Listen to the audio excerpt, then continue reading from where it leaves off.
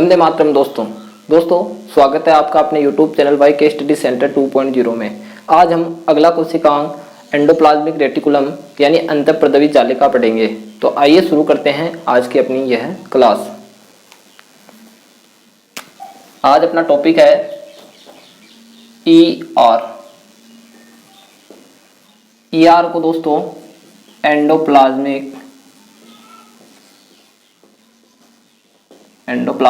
Reticulum बोलते हैं।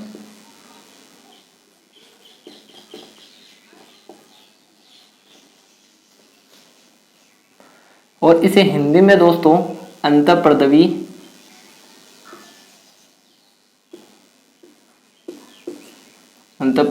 जालिका कहते हैं।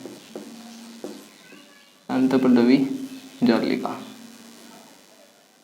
आज हम इस टॉपिक पर बात करेंगे।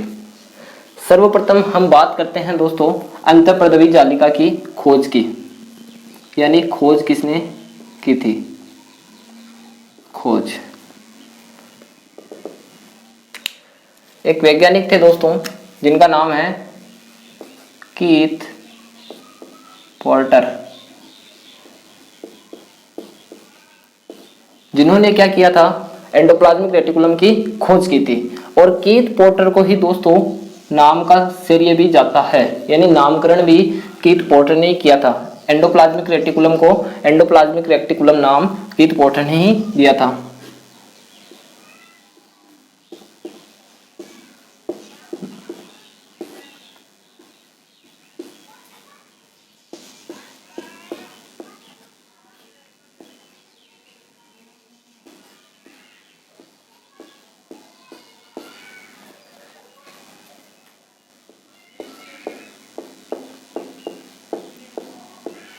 जाता है कीथ पोर्टर को ही नामकरण का श्रेय भी जाता है। अब दोस्तों एक वैज्ञानिक थे जिनका नाम है गाइनियर। गाइनियर ने क्या किया था, गाइनियर नामक वैज्ञानिक ने एंडोप्लाज्मिक रेटिकुलम को सर्वप्रथम देखा था। गाइनियर नामक वैज्ञानिक ने ER, इसको मैं शॉर्ट में लिख रहा हूं, एंडोप्लाज्मिक रेटिकुलम को ER लिख रहा हूं क्योंकि दोस्तों हेडिंग में भी अपन ने ER लिखा है। ER का मतलब ही दोस्तों एंडोप्लाज्मिक रेटिकुलम होता है। गाइनियर नामक वैज्ञानिक ने ER को सर्वप्रथम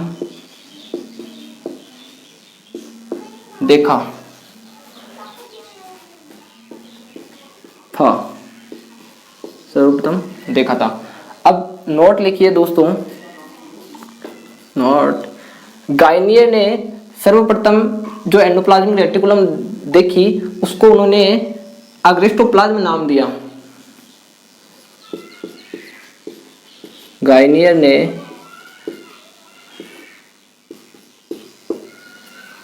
ER को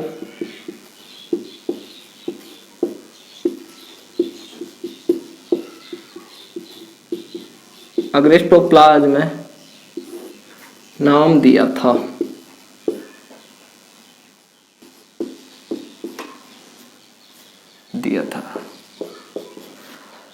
यानी गाइनियर ने जो एंडोप्लाज्मिक रेटिकुलम खोजी उसको उन्होंने अग्रेस्टोप्लाज्म नाम दिया। अब हम दोस्तों इसका जो डेफिनेशन बोल सकते हैं हम, या इसके बारे में जो इंपॉर्टेंट पॉइंट है वो लिखते हैं। ER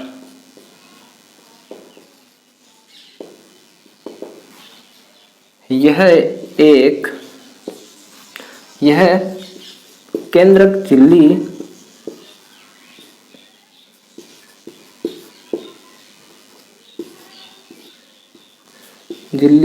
व कोशिका झिल्ली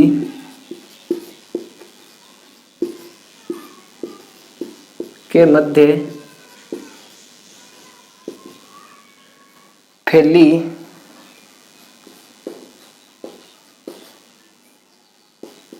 जालिका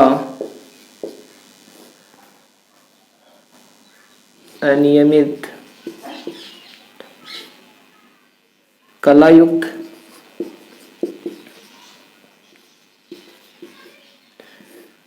अनियमित कलायुक्त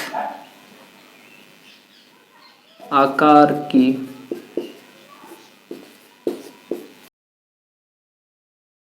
नलिकाओं का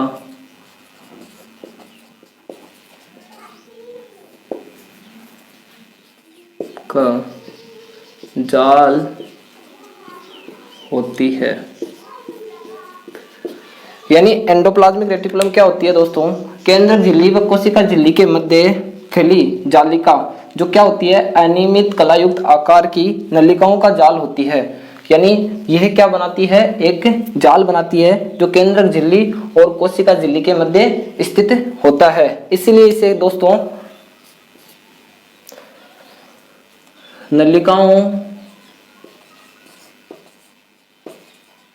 नलिकाओं का जाल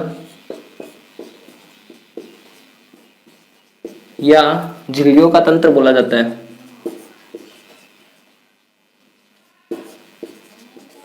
झिल्लियों का तंत्र यानी जो एंडोप्लाज्मिक रेटिकुलम होती है वो क्या होती है? नलिकाओं का जाल या झिल्लियों का तंत्र। झिल्लियों का तंत्र का मतलब है बहुत सारी झिल्लियां मिलकर क्या करती है? अंतःप्रद्रवी जालिका का निर्माण करती है।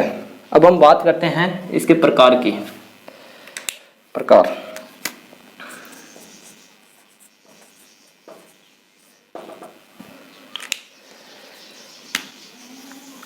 राइबोसोम की उपस्थिति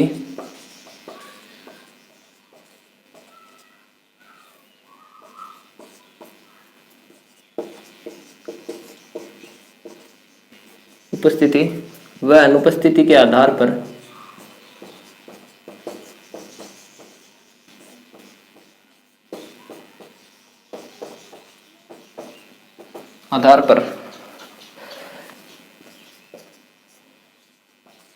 दो प्रकार की होती है।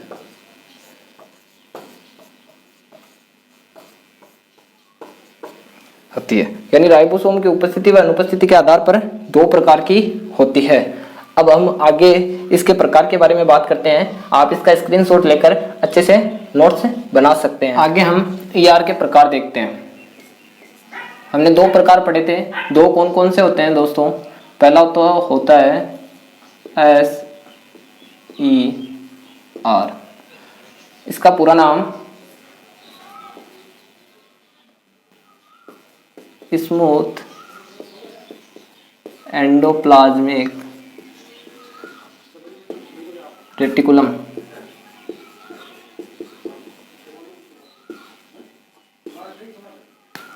हिंदी में स्मूथ को चिकनी अंतःप्रद्रवी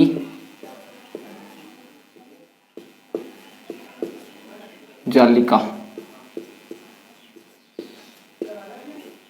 दूसरा ईआर का जो प्रकार होता है RER, इसका पूरा नाम ROUGH, रफ एंडोप्लाज्मिक रेटिकुलम।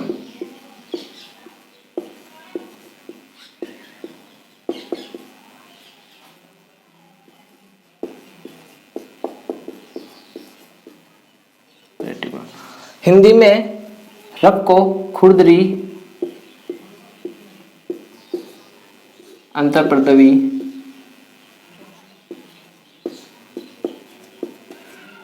जालिका कहते हैं।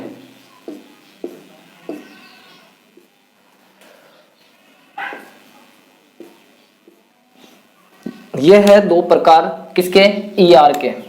इसके दो प्रकार है।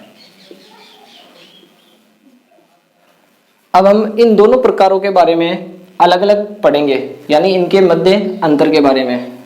जैसे सबसे पहले SER का पहला पॉइंट लिखते हैं। जो स्मूथ एंडोप्लाज्मिक रेटिकुलम होती है वह क्या होती है दोस्तों? कोशिका झिल्ली के पास होती है। यानी हमने पहले पढ़ा था कि ये क्या होती है?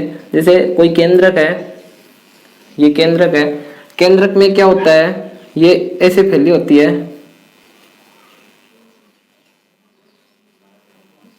इस प्रकार।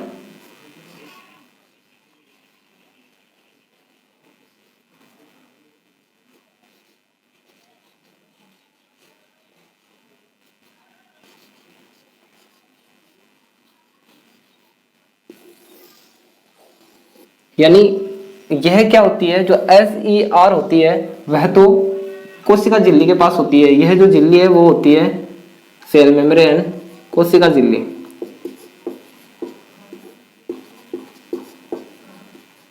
कोशिका झिल्ली। और यह जो होती है वह होती है केंद्रक झिल्ली।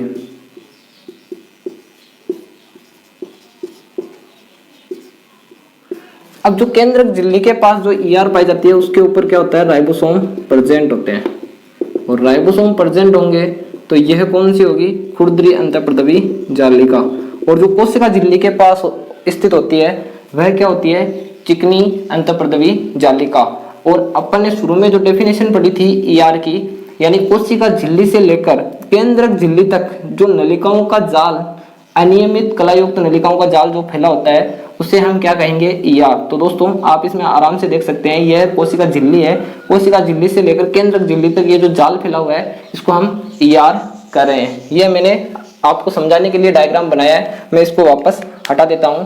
आप अगर स्क्रीनशॉट लेना चाहें तो ले सकते हैं।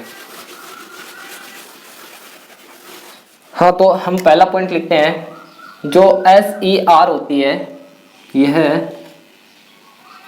यह कोशिका झिल्ली के पास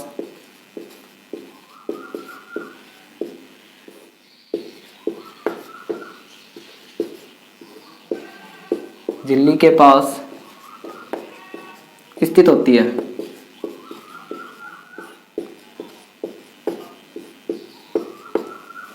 और यह हमने डायग्राम में देखा केंद्रक झिल्ली के पास स्थित होती है।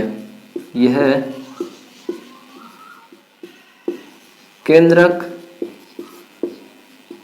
झिल्ली के पास स्थित होती है।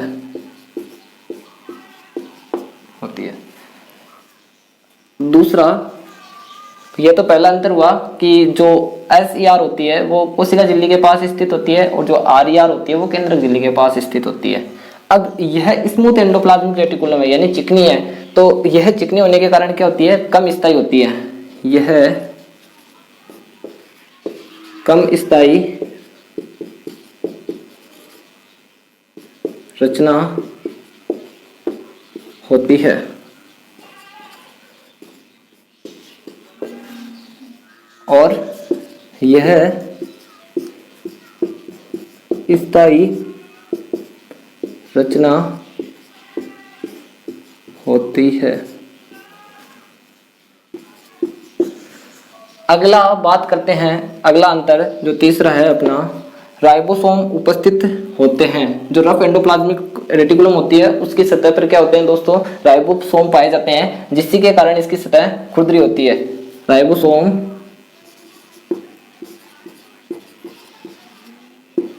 सोम्स उपस्थित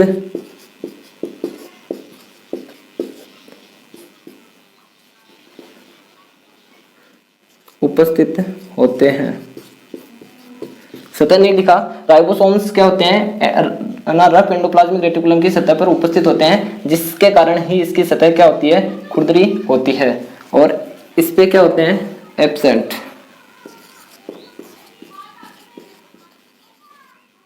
राइबोसोम्स एब्सेंट। अब दो राइबोसोम्स उपस्थित होते हैं। अब राइबोसोम उपस्थित होने के कारण जो राइबोसोम है वह क्या होते हैं, बड़ी उप इकाइयों द्वारा जुड़े होते हैं। बड़ी उप इकाई द्वारा जुड़े होते हैं। जो राइबोसोम की बड़ी उप इकाई होती है उसके द्वारा यह जुड़े होते हैं। अब हम अगला अंतर देखते हैं।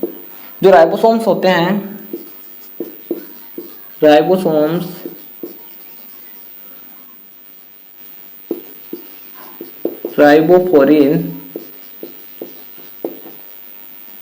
राइबोफोरिन फर्स्ट व सेकंड ग्लाइकोप्रोटीन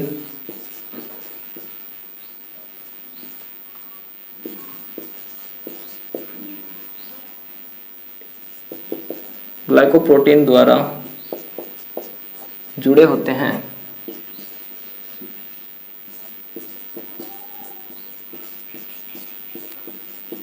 जो राइबोसोम्स होते हैं वो राइबोफ्लोरीन फर्स्ट व सेकंड ग्लाइकोप्रोटीन द्वारा जुड़े होते हैं, ठीक है। और इसमें क्या होता है दोस्तों, राइबोफ्लोरीन एब्सेंट।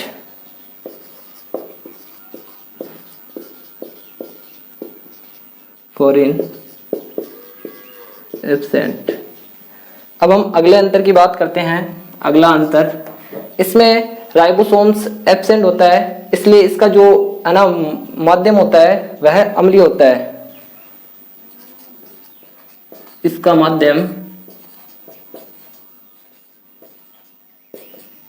अम्लीय होता है।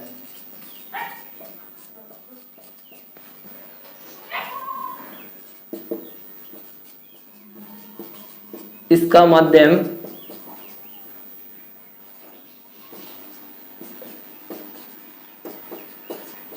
क्षारीय होता है। हम आगे कुछ और अंतर की बात करते हैं, आप इनका स्क्रीनशॉट लेकर अच्छे से नोट्स बना सकते हैं। हम अगला अंतर देखते हैं दोस्तों। जो SER होती है यह उन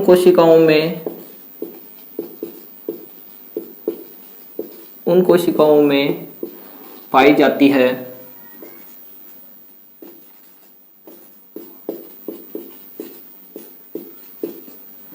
जिनमें लिपोप्रोटीन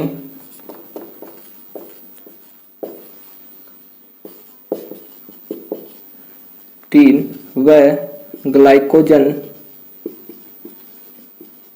जिनका उपापचयन होता है।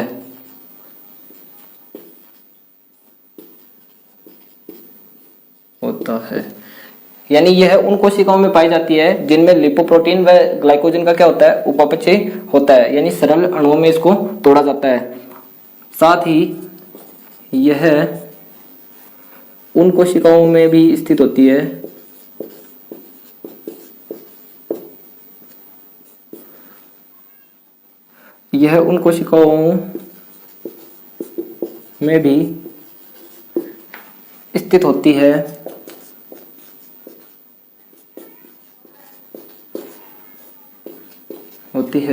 जिनमें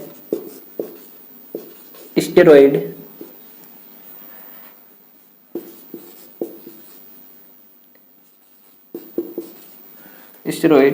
व कोलेस्टेरॉइड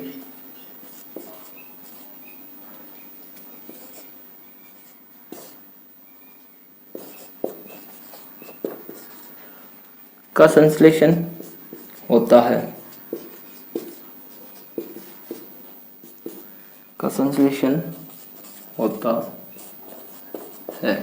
यानी दोस्तों जो SER के कार्य है वो भी यही है, यानी आप इनको कार्य भी बोल सकते हो और अंतर के अंदर भी लिख सकते हो।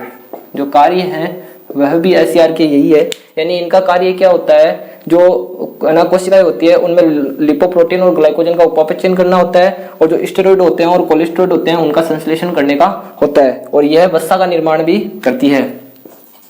यह वसा निर्माण में भी सहायक होती है।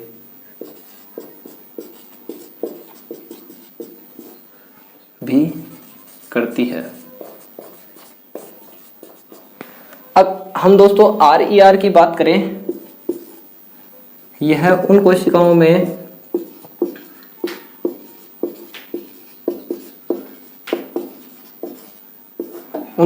में पाई जाती है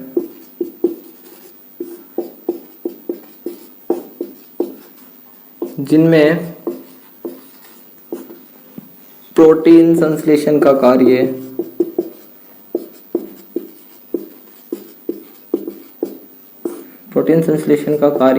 होता है।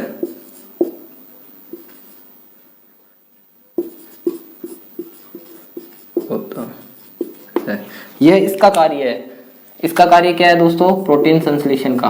यानी अपन ने राइबोसोम को प्रोटीन फैक्ट्री इसीलिए कहा था क्योंकि वो प्रोटीन का सर्वाधिक निर्माण करता है, और जो राइबोसोम होते हैं वो RER के ऊपर ही प्रेजेंट होते हैं, इसलिए ये क्या करती है, प्रोटीन संश्लेषण का कार्य करती है। और जो SER होती है वो क्या करती है, लिपोप्रोटीन व ग्लाइकोजन का तो उपापचयन करती है, और स्टेरॉइड और वह कोलेस्टेरॉइड का संश्लेषण करती है, और वसा का निर्माण भी करती है। अब दोस्तों ER के 3 घटक होते हैं, सिस्टर्नी है ना, पुटिकाएं और वेसल्स, वेसाइकल।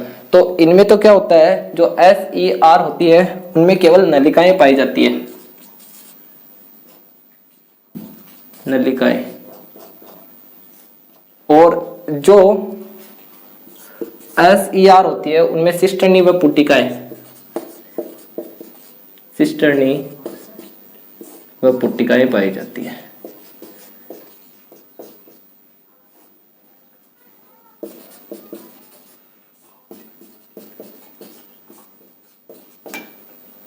पाई जाती है।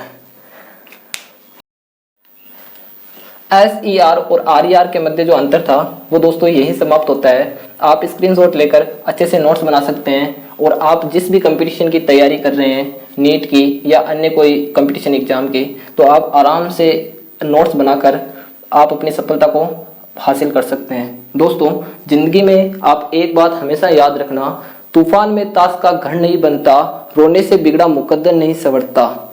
जिंदगी में दुनिया को जीतने का हौसला रख ए मेरे दोस्त, क्योंकि एक हार से कोई गरीब तो एक जीत से कोई सिकंदर नहीं बनता। जी हाँ दोस्तों, अगर एक बार हार मिल जाती है तो आप जीरो से शुरुआत नहीं करेंगे, आप अनुभव के साथ शुरुआत करेंगे। तो जो आपकी शुरुआत है, अगर आप उसमें हौसला रखेंगे और अपनी हार पे शोक ना मनाकर या दुख ना जाहिर करके, तो आप उस हार पे नहीं रुकेंगे, तो आपको एक दिन सफलता जरूर मिलेगी। क्योंकि दोस्तों रोने से कभी जो बिगड़ा मुकद्दर है वह नहीं संवरेगा। नहीं संवरने का मतलब क्या है कि आप उसको सुधार नहीं सकते, रोने से किसी भी चीज को सुधारा नहीं जा सकता। लेकिन अगर आप अपने टारगेट को, आप अपने गोल को अचीव करने के लिए दिन रात एक करेंगे और कड़ी मेहनत करेंगे, तो एक दिन सफलता आपके कदम जरूर चूमेगी। दोस्तों YK स्टडी सेंटर 2.0 आपके सफलता के लिए और भविष्य के लिए मंगल कामना करता है। एक दिन जरूर सफलता आपके कदम चूमे। आगे हम दोस्तों ER के घटक के बारे में पढ़ते हैं, एंडोप्लाज्मिक रेटिकुलम के घटक, यानी यह किन से मिलकर बनी होती है या किस प्रकार इसके घटक होते हैं। इसके 3 घटक होते हैं। पहला होता है सिस्टर्नी,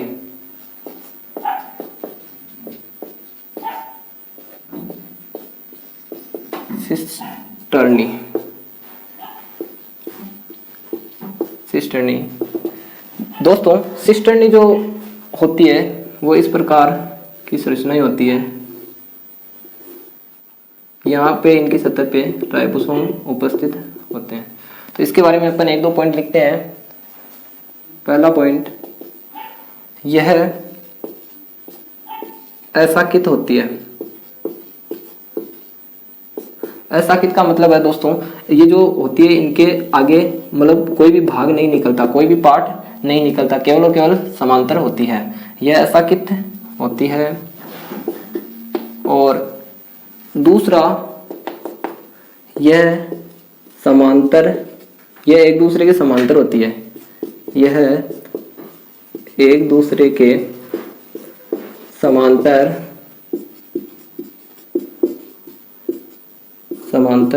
होती है, और इनकी सतह पर राइबोसोम उपस्थित होते हैं। इसकी सतह पर राइबोसोम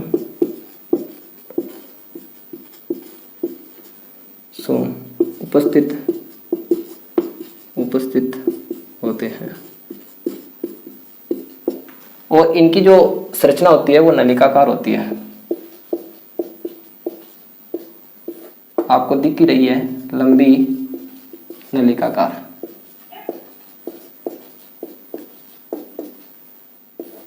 लंबी नलिकाकार संरचना होती है, जो संरचना मैंने बनाई है। अब हम बात करते हैं दूसरे पार्ट की। दूसरा पार्ट है दोस्तों वेसाइकल्स। वेसाइकल्स जिसको हिंदी में पुट्टिका पुट्टिकाएं बोलते हैं। यह दोस्तों हमेशा क्या होती है, यह गोलाकार होती है।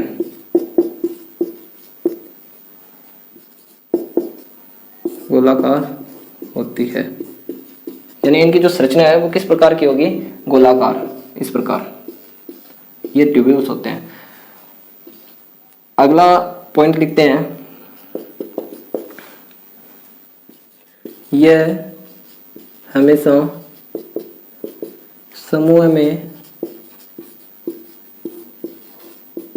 स्थित होते हैं। जो ट्यूब्यूल्स होते हैं दोस्तों वह क्या होते हैं, समूह में स्थित होते हैं। इनका कार्य संग्रहण का होता है। पुट्टिका का कार्य, पुट्टिका का कार्य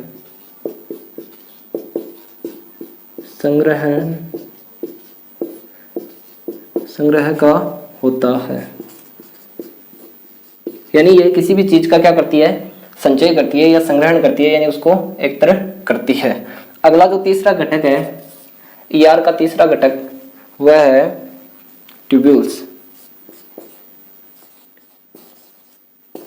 ट्यूब्यूल्स जिसको हिंदी में नलिका बोलते हैं। यह भी क्या है दोस्तों, लंबी नलिका का समान संरचना है, लेकिन इसमें और सिस्टनी में क्या अंतर है, सिस्टनी असाकित थी और यह साकित होती है। पहला यह साकित होती है, दूसरा जो सिस्टनी थी उसकी सतह के ऊपर क्या थे, राइबोसोम उपस्थित थे, और जो नलिका होती है उसकी सतह के ऊपर राइबोसोम अनुपस्थित होते हैं। इसकी सतह पर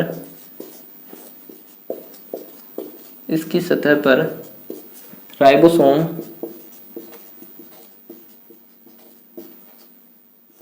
अनुपस्थित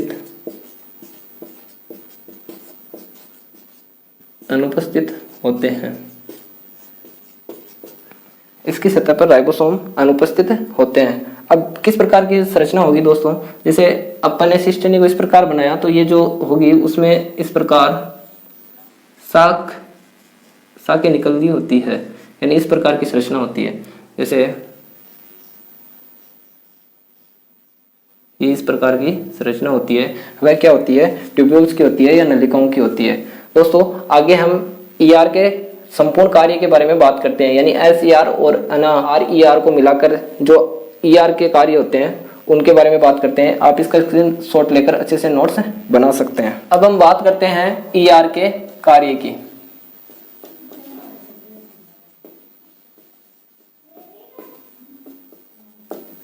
कार्य, पहला कार्य यह है कोशिका का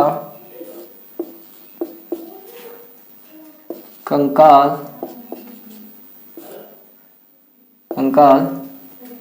बनाने में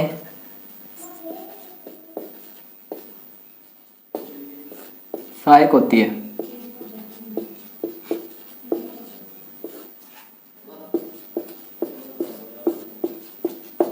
दूसरा कार्य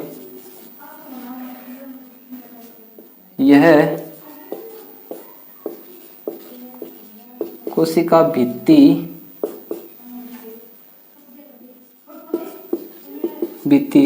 व प्लाज्मोडेस्माटा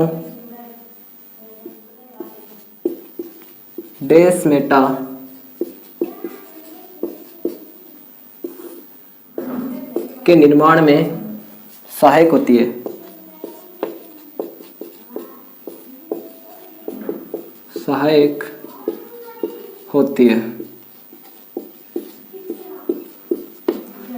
अगला कार्य दोस्तों यह केंद्रक झिल्ली के निर्माण में भी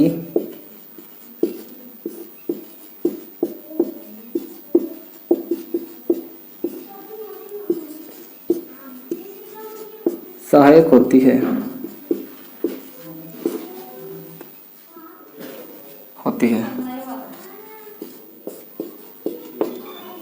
चौथा कार्य जो ईआर होती है, यह पेशी संकुचन में भी सहायक होती है।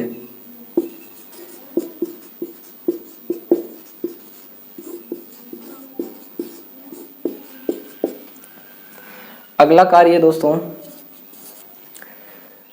पेशी संकुचन का मतलब होता है दोस्तों, जो अपन हाथ है वो अगर इस प्रकार मोड़ रहे हैं तो हमारी पेशियां क्या हो रही है, संकुचित हो रही है। और अगर अपन हाथ को सीधा कर रहे हैं तो पेशियां क्या हो रही है, लंबी हो रही है, यानी फैल रही है। और इस प्रकार करते हैं तो सिकुड़ रही है। यानी यही क्या होता है, पेशियों का संकुचन, पेशियों का फैलना और सिकुड़ना ही क्या कहलाता है, पेशीय संकुचन कहलाता है। इसमें क्या होती है, जो ईआर है वह मददगार होती है और यह परिवहन का कार्य भी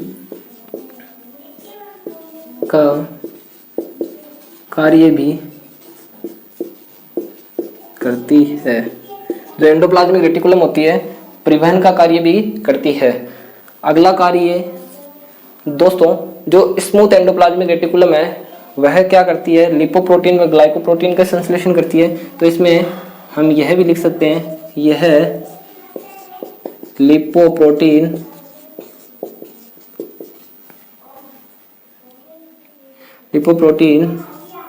व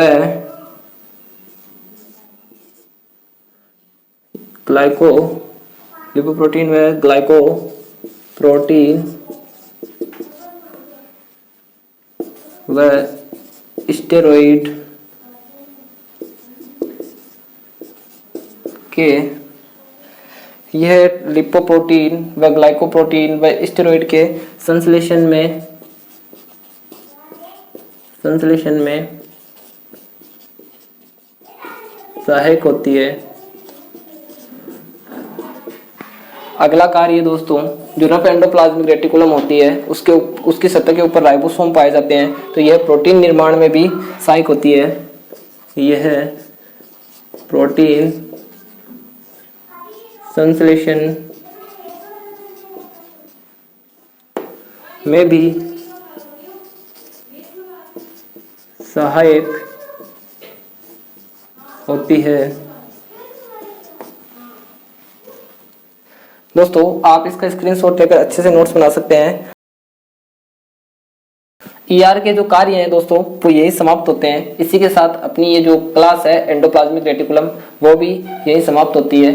अगर दोस्तों आप हमारे चैनल पर नए हैं तो हमारे चैनल को सब्सक्राइब जरूर करें और बेल आइकन को ऑल पर सेट करें ताकि हमारी हर कक्षा की नोटिफिकेशन आपके पास सबसे पहले आए। जय हिंद दोस्तों।